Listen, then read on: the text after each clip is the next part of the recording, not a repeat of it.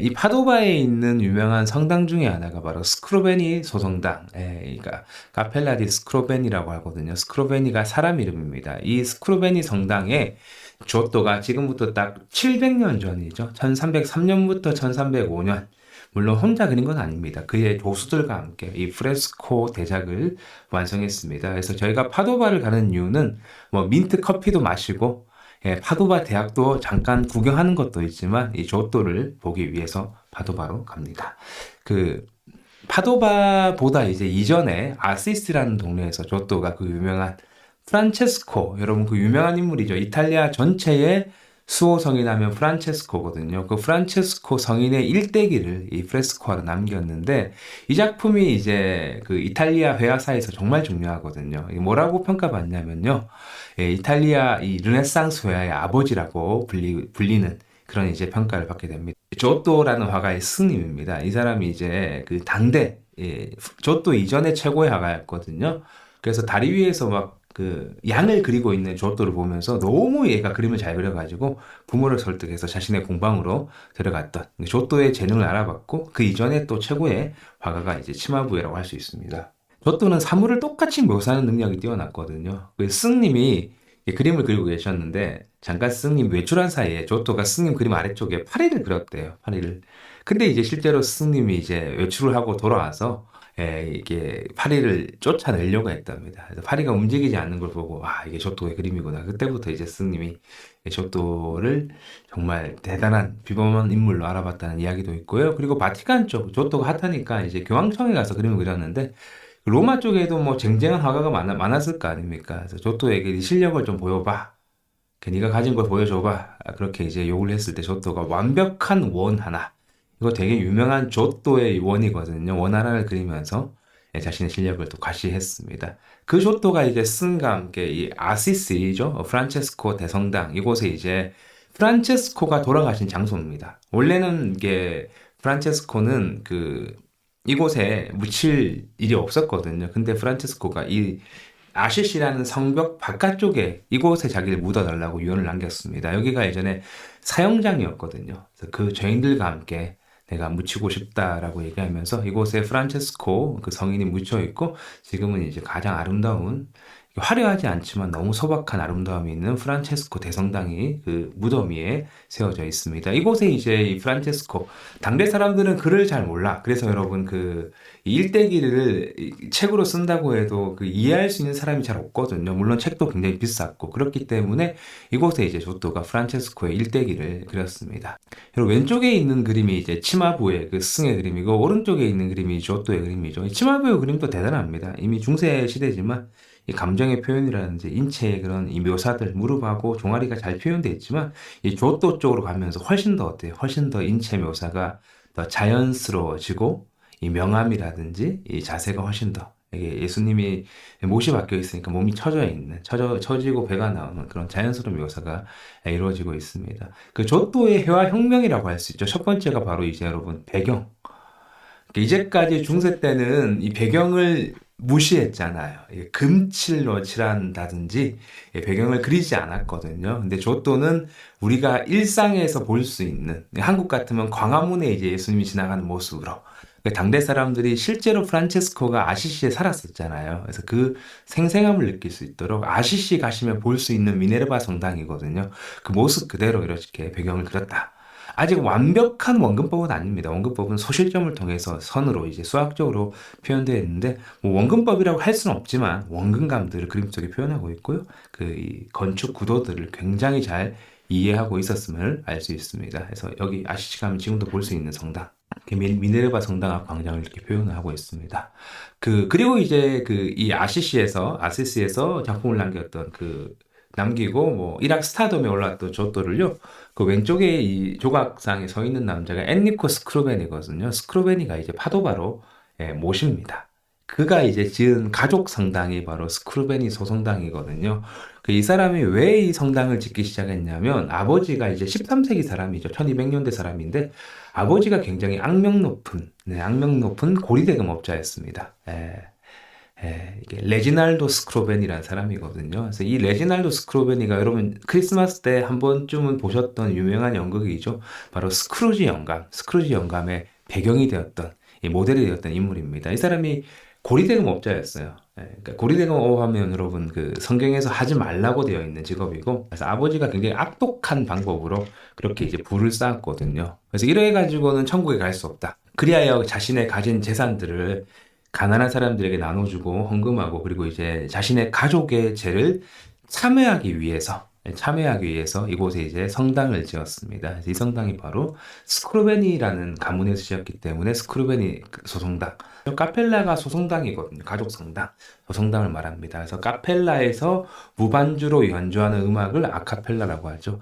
여기 보시면 이제 이 베니스 상인의 한 장면이거든요. 이 샤일록이라는 고리대금업자가 이 안토니오의 살을 끊어가겠다고 협박하는 장면이죠. 그래서 단테 신곡에 보면 실제로 그 엔리코 스크루베니 아버지 레지날도 스크루베니가 지옥에서 고통받는 장면으로 표현이 되어 있습니다. 네, 조또와 단테는 되게 친한 친구였습니다.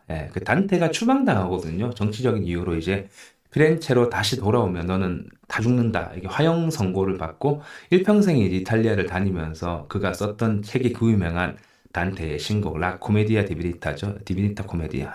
그 신곡인데 그 신곡의 이제 이야기가 실제로 이제 서로 많은 영감을 주고받았다라고 볼 수 있습니다. 그 유명한 이야기예요. 둘이 친해가지고 그 파도바에 그 주오토가 그림을 그리고 있을 때 단테가 방문을 했답니다. 그 밤늦게 도착했대요. 밤늦게 도착해도 워낙 친한 벗이 왔으니까 자신의 아이들을 다 깨워가지고 인사시켰대요. 인사시켰더니 그 단테가 야, 너는 참 그림을 잘 그리는데 애들은 왜 이렇게 못 그렸냐고 하면 안 되는 드립인데 정말 친했나 봅니다. 그런 이제 친한 친구만 할 수 있는 드립을 친 거예요. 그때 이제 조또가 받아쳤던 유명한 말이 야, 나는 그림은 낮에 그리고 애들은 밤에 그려서 그래. 뭐 이런 얘기를 했다는 유명한 이야기가 있습니다. 자, 아무튼 다시 이제 스크루베니로 돌아와서 이곳에서 이제 그 성당을 짓고 당대 최고의 화가에게 성모 마리아께 복원할 수 있는 아름다운 그림을 남겨달라고 했죠. 지금 성당이 있는 위치가 딱 여기거든요. 여기 원형 경기장 보이세요? 여기 파도바도 로마 시대 때 만들어진 도시거든요. 그래서 여기가 아레나 원형 경기장이 있던 장소고 그 위쪽에 이제 성당을 지었기 때문에 예전에 이 파도바 사람들은 이 소성당을 아레나 성당이라고 이렇게 불렀습니다. 그 조또가 그렸던 그림 최후의 심판이라는 곳 보시면요. 여기 성당을 봉헌하고 있죠. 그 똑같잖아요. 여러분 보이세요? 성당이 똑같아요. 그 성당을 무릎 꿇고 왼쪽에 앉아 있는 사람이 엔리코 스크루벤이거든요. 그 성당을 성모 마리아께 봉헌하고 있는 모습으로 표현되어 있습니다. 그 조또가 이런 걸 참 잘합니다. 후원자를 작품 속에 넣기 시작했어요.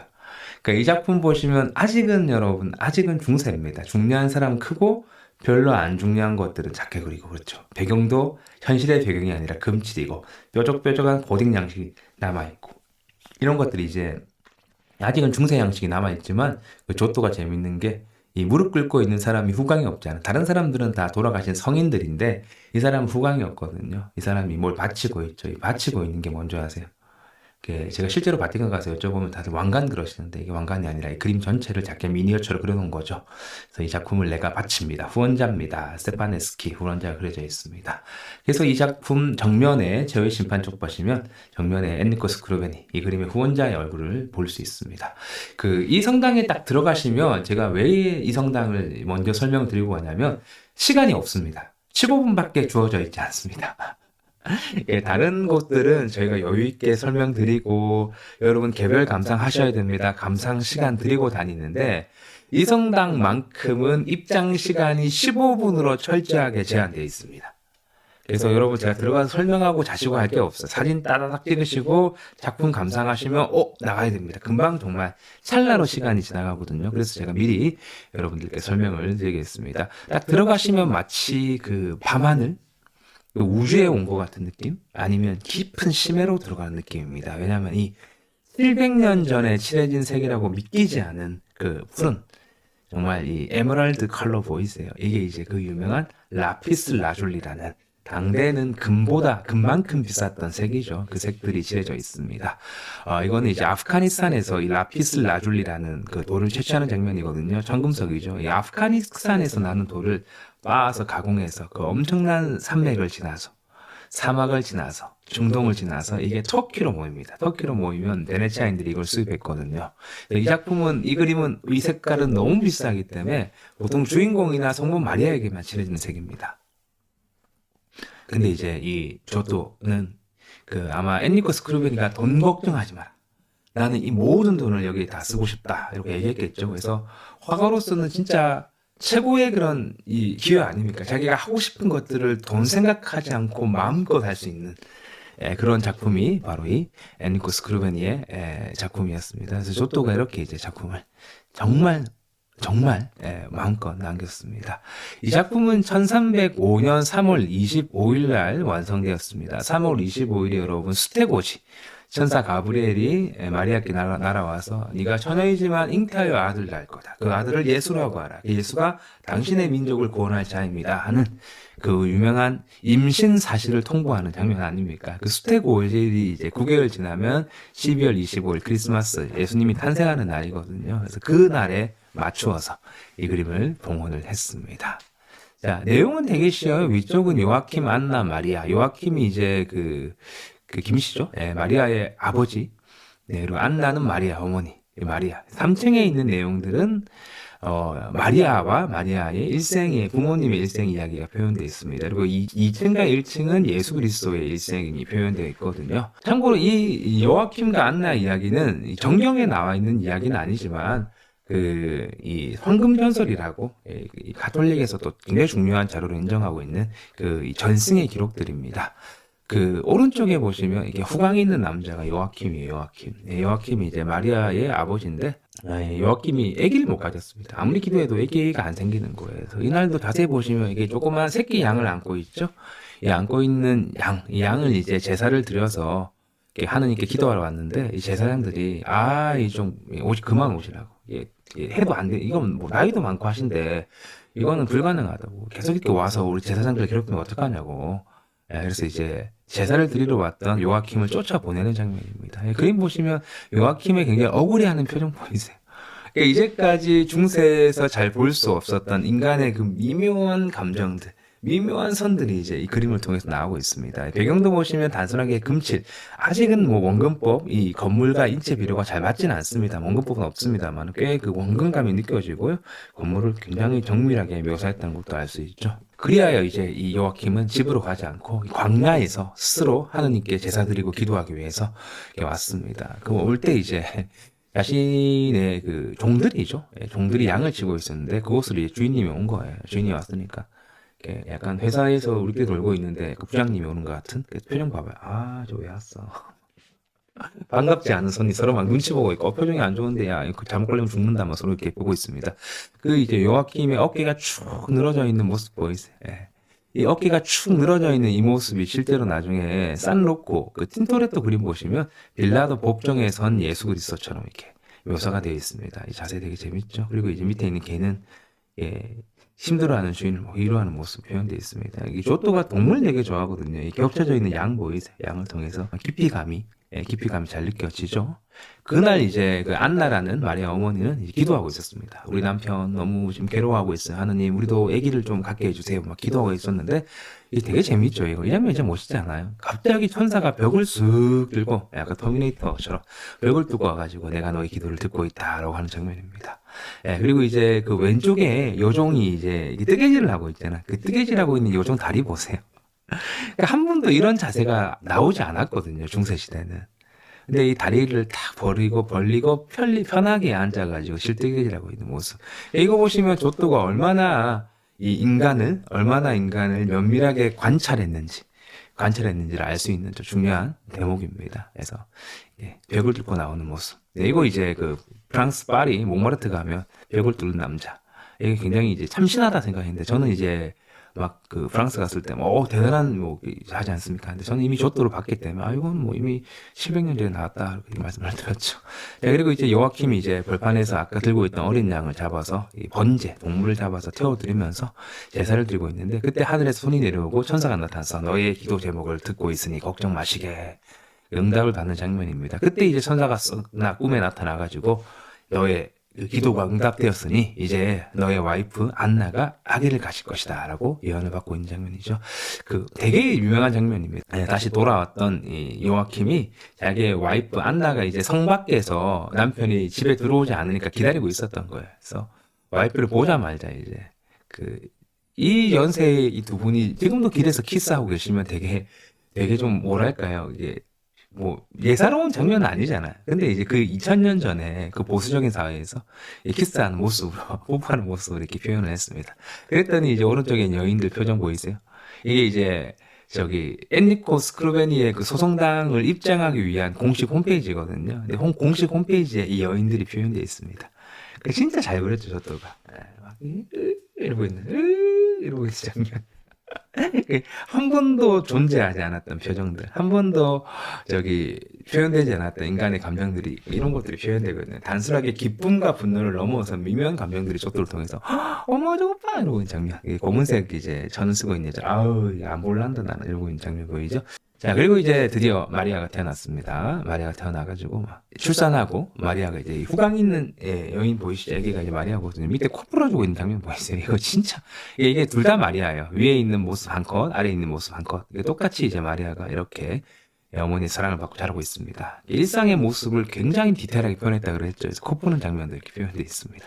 마리아를 이제 하느님께 바치는 장면이죠. 마리아가 지금 따지면 수녀원 같은 그곳에 이제 들어간 장면이고, 오른쪽에 남자 두 명 서 있죠. 이 서 있는 남자, 이 남자가 등을 탁 쥐고 있는 그런 포즈와 이 자세를 통해서 이 그림 속에도 깊이 공간감들, 이 구성들, 중세 시대 때 그림은 평면적이었다며 이 공간을 보여주고 있습니다. 자, 그리고 이제 마리아는 원래 결혼을 할 생각이 없었는데 그 제사장이 약간 신탁, 이 하느님의 뜻을 이제 들었답니다. 이 유다죠, 유다. 예수님이 유다 지파잖아요. 여러분 아시는 다윗, 솔로몬, 유다 지파거든요. 유다 지파의 남자 중에 한 명과 마리아가 결혼할 거니까 지금 유다 지파 중에 와이프가 없는, 아내가 없는 남자들을 다 모아라. 그리고 누가 마리아의 남편이 될 것인지 내가 알려주겠다. 다 마른 작대기를 가지고 해라. 그래서 작대기를 다 들고 왔답니다. 그래서 왼쪽에 보시면 저기 쭈그리하게 서 있는 남자 보이시죠? 후광이 있고, 이 사람이 이제 저기 요셉입니다. 요셉, 마리아의 남편이 될 사람이죠. 그래서 보통은 중세 때 그림은 무조건 주인공이 딱 가운데 있고 이런 이야기 서사가 없잖아요. 주인공이 가운데 있고 그냥 양옆에 누가 누군지 딱 서 있는 그런 가족 사진 느낌이라면, 여기는 보시면 이제 남자들이 모여오고 그 주인공이 이제 약간 뭐 극적인 반전을 위해서가 있죠. 그래서 왼쪽에 쭈그리하게 서 있습니다. 그 다른 애들은 다 수염이 없는데 여기 요셉은 수염이 많죠. 그 이유가 뭐냐면 요셉은 호랍이었습니다. 호랍이 이미 애도 있었고요. 와이프가 이제 그 전승의 기록에 따르면 죽었거든요. 그래서 호랍이인 요셉도 어차피 지금 아내가 없으니까 왔는데, 아유 내가 그 어린애랑 뭐 내 아들뻘인데 결혼을 해야 될까 해서 일단은 제사장 얘기를 듣고 온 겁니다. 와가지고 이제 나무 작대기를 다 이게 모아가지고 이 나무 마른 작대기, 이 죽은 나무 작대기에 꽃이 필 건데 그 꽃이 피는 그 작대기를 가져온 자가 마리아의 남편이 될 거다라고 예언을 했거든요, 신께서. 그래서 그걸 모아놓고 이제 기다리고 있는 장면입니다. 여기서 보셔도 이제 그 왼쪽에 요셉은 구석에 이제 박혀 있습니다. 그 남자들 되게 손모고 간절하게 보이세요. 마리아가 되게 아름다워 본다면 내가 돼야 돼, 내가 돼야 돼, 내가 돼야 돼. 호랍이었던 그 요셉의 그 나무 작대기에서 꽃이 피고요. 그 위에 또 비둘기가 앉았습니다. 그래서 제사장이 두 사람을 이제 약혼시키는 장면이죠. 그래서 그 요셉 뒤에 보시면 남자가 손 들고, 야, 이거 뭡니까? 이거 조작 아닙니까? 있습니다. 반대합니다. 하고 있는 장면. 그리고 그 손 들고 있는 남자 뒤쪽에 보시면 나무 작대기 에이씨 하고 꺾어버리는 장면 보이세요? 무릎을 딱 세워가지고 꺾는 장면들. 그 주변에 남자들 되게 불만 섞여 있고, 심지어 이제 이 결혼할 사이입니다라고 선포하고 있는 제사장 표정도 써갔죠. 아, 이건 너무 아닌데? 이러는 이제 모습들도 보입니다. 그래서 이 무릎으로 이제 나무 가지를 꺾는 게 이후에 이제 라파엘로의 그림, 이거 밀라노 브레라 미술관 가서 보실 거거든요. 이런 곳에 다 패러디가 되고 있습니다. 그래서 약혼하는 장면이겠죠. 네, 그리고 이제 그 요셉과 마리아가 이제 약혼을 했고, 그리고 이제 하느님이 천사들을 다 불러 모으고, 야, 이제 마리아한테 가가지고 마리아를 통해서 구원자가 태어날 건데 누가 갈래? 천사들을 모아놓고 누굴 보낼까 고민할 때 그 가브리엘이 아이가 태어날 것을 예고하고 있죠. 자, 그리고 이제 그 임신한 마리아가 그 6개월 정도 차이 났던 걸로 알고 있습니다. 저기 그 세례자 요한, 예수의 길을 예비했던 세례자 요한의 어머니 엘리자벳다죠. 엘리자벳을 만나러 가거든요. 그래서 이 엘리자벳이 그 마리아를 보고 복되다 얘기하면서 태중의 아이가 막 예수를 만나고 뛰고 있는 그 이제 예수가 비범한 인물인 것을 이제 예고하고 있는 장면이죠. 그리고 여기가 이제 그 유명한 예수님 탄생 이야기입니다. 예수님 탄생하셨고 그 위에 천사들이 너무 기뻐가지고 인류의 구원자가 왔잖아요. 그 천사가 기뻐서 막 날뛰고 있는 모습, 그 목동들이 이제 보고 있죠. 그 하느님의 아들, 신의 아들이 이제 가장 낮은 곳, 가장 낮은 말구유에서 태어나십니다. 좀 올리나요? 좀 멀리 해볼까요? 그래서 그 신의 아들이 가장 이 인간에게 가장 초라하고 낮은 곳에서 태어나시죠. 그래서 소와 말이 있습니다. 소와 말이 있는 건 말구유라는 뜻도 있지만 이 이사야상 내용 보면요, 소는 그 주인을 알아보고 나귀는 그 주인의 누울 자리를 알아본다 이런 얘기가 있거든요. 이 말씀을 그대로 표현하고 있습니다. 그래서 아기 예수가 말구유에 누워 있고요. 그 밑에 이제 양들, 목동들, 그리고 이제 항상 이제 남편들 포종 아닙니까? 이게 자고 있어요. 그냥 애가 울든 말든 자고 있는 요셉의 모습도 이렇게 표현되어 있습니다. 여기 자세히 보시면 천사들이 막 하체가 쓱쓱쓱 사라지는 거 보이세요? 네, 이 사라지는 걸 통해서 이제 막 그 움직이고 있는 그림의 역동성 에너지들이 느껴집니다. 아까와 마찬가지로 이제 목동 두 명이 이제 등을 딱 쥐고 서 있으면서 그림 속의 공간을 부여하기 시작했죠. 그 이제까지 예수님 탄생 이야기를 이렇게 표현했잖아요. 중세 양식이거든요. 애도 전혀 애 같지가 않잖아요, 이게. 애가 이제 되게 어른 같고 막 이런 식으로 이제 표현했다면 이제까지 볼 수 없었던 우리가 실제로 바라보는 이 현실 공간을 그림 속에 표현하기 시작했습니다. 이게 이제 동방박사의 경배라는 작품인데 이렇게 멀리서 별을 보고 동방에서 온 박사들 몇 명인지는 모릅니다. 동방에서 온 박사들이 황금과 유향과 모략을 예수께 바치는 장면이거든요. 이 그림 보시면 낙타 보이세요? 낙타가 너무 기뻐서 웃고 있잖아요. 이 동물들도 아기 예수를 보고 이렇게 자신의 주인인 것을 알아보고 있고 그 낙타의 고삐를 쥐고 있는 종 보이죠? 이게 이제 되게 어려운 기법이거든요. 그러니까 보통 정면 옆모습을 많이 그렸는데 이런 식으로 이제 밑에서 지금 제 얼굴 좀 밑에서 바라보는 이 구도로 이게 이제 나중에 브레라 미술관 가시면 우리 박지훈 도슨트가 잘 얘기해 줄 건데 그 만테냐의 죽은 그리스도의 작품처럼 이렇게 이 원근법을 인체에 적용한 거거든요. 그래서 이런 구도로 작품을 좀 표현하기 시작했습니다. 그리고 이제 그 뒤에 보시면 별이 비상하죠. 이제까지는 반짝반짝 빛나는 별로 그림을 표현했다면 여기는 뭐 혜성 하나가 쑥 떨어지는 것 같죠. 실제로 여러분 그거 아세요? 조또가 처음으로 처음으로 헨리 해성을 표현했던 인물이거든요. 이 헨리 해성. 헨리 해성을 처음으로 표현했는데 76년마다 지구를 돌잖아요. 그 헨리 해성이 1301년에 지구를 지나갔습니다. 그러니까 그때는 이렇게 도시가 어둡잖아요. 어둡기 때문에 지나갈 때 번쩍했을 겁니다. 봤을 거예요. 그때 이제 아마 조또는 분명히 그 해성을 봤을 겁니다. 보지 않고서는 그렇게 그릴 수가 없죠. 그래서 이제 유럽 우주국, 나사처럼 유럽도 우주국이 있거든요. 그 우주국에서 해성을 탐사하는 탐사선이 있는데요. 그 탐사선 이름이 뭔지 아세요? 이름이 과학자 이름이 아니라 조또입니다. 조또. 조또라는 사람이 처음으로 해성을 작품 속에 등장시켰기 때문에 그 우주선 이름을 조또라고 부릅니다. 해성이 표현되는 거 꼭 확인하시고요. 그 악의 예수를 이제 성전에 데리고 나가서 봉헌하는 장면이 표현되어 있죠. 그리고 이제 그 헤롯 왕이 베들레헴에서 태어났던 애들을 다 죽인다는 얘기가 있었죠. 왜냐하면 동방 박사들이 와가지고 왕이 나셨다 이런 얘기를 하니까 헤롯 왕이 야 내가 왕인데도 누가 왕이 될 수 있단 말인가. 그래서 이거는 위험하다 해서 그 예수가 태어났다고 추정되는 그 동네의 2살 아래쪽 남자애를 다 죽여버리거든요. 그때 이제 마리아와 요셉 가족들은 그 천사의 계시를 받고 이집트로 도망가고 있습니다. 그 오른쪽에 있는 나이 많은 남자가 요셉인데 요셉은 굉장히 이제 좀 두렵고 걱정에 떨고 있지만 마리아 보세요. 굉장히 무섭죠. 이 아기를 지키겠다는 굳은 의지, 결심들이 이 얼굴을 통해서 그대로 보여지고 있습니다. 그리고 이제 영화 살해 이 장면. 이 장면은 가서 보시면 진짜 되게 좀 슬픈 장면이죠. 그 밑에 쌓여있는 아기들 시신 보이세요? 이게 너무 조또가 잘 겹쳐지게 표현했어요. 이렇게 이제 표현된 것들, 이제까지는 없었던 기법이죠. 그리고 이제 아기를 뺏기지 않기 위해서 이렇게 몸부림치는 그 어머니들, 그리고 이제 그 헤로드 왕의 명령에 거부하는 어머니들. 그때 그 시대의 왕의 명령을 거부하는 건 죽음을 말하거든요. 그 죽음을 무릅쓰고 이제 거부하고 있는 어머니들.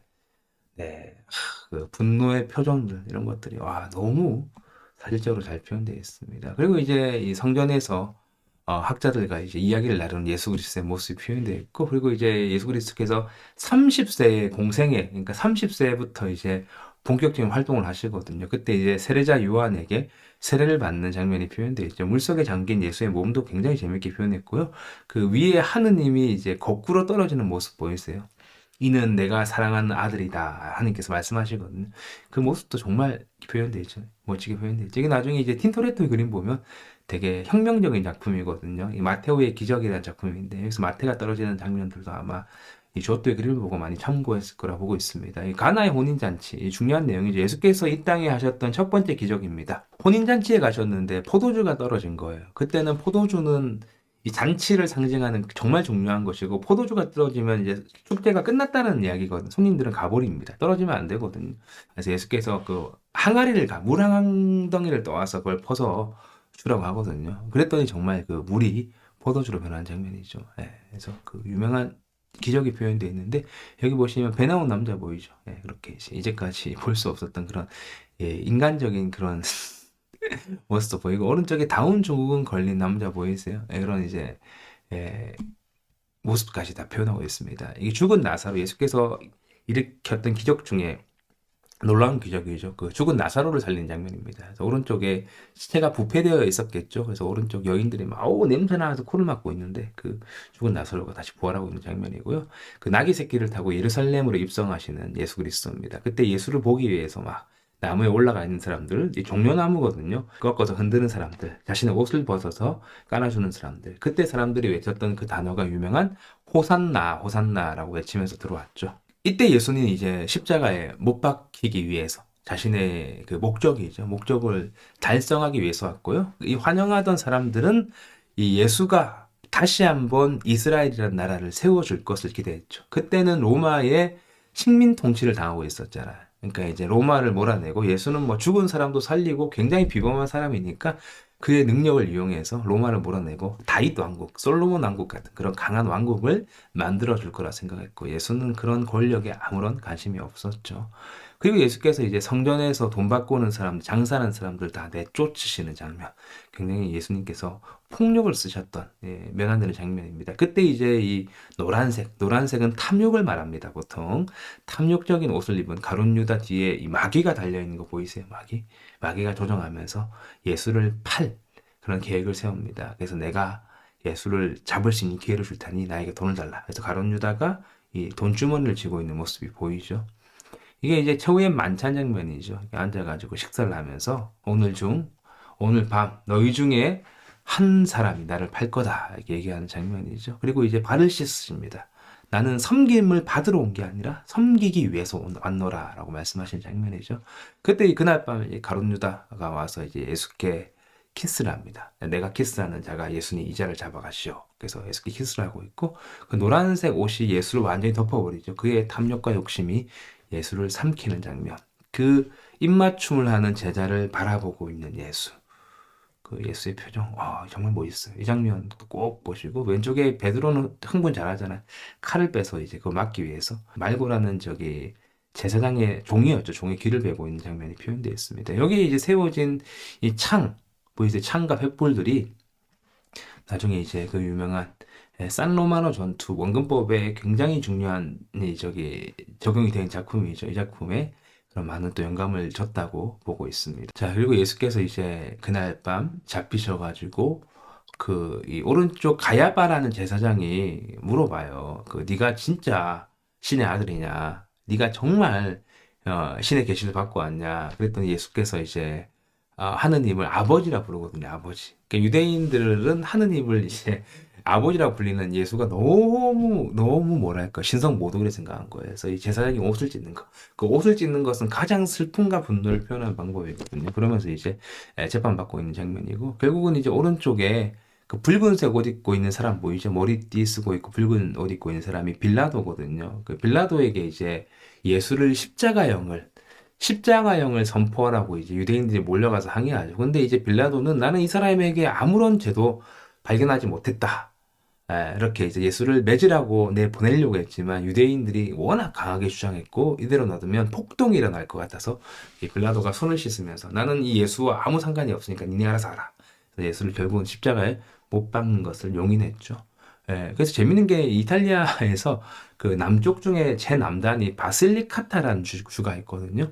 그 이탈리아에서 정말 척박한 동네. 거기는 진짜 먹고 살 게 없다라고 말할 만큼 척박하고 가난한 동네인데 그 동네 사람들은 이렇게 우스갯소리를 하는 말이겠죠. 이 자신의 그 고향에서 이 빌라도가 태어났어요. 빌라도의 고향이 바실리카타 주거든요. 그래서 우리가 이렇게 저주를 받는다라고 이제 얘기를 하기도 합니다. 이건 무정하는 얘기겠죠. 캘버리 언덕이죠. 언덕 올라가신 예수 그리스도.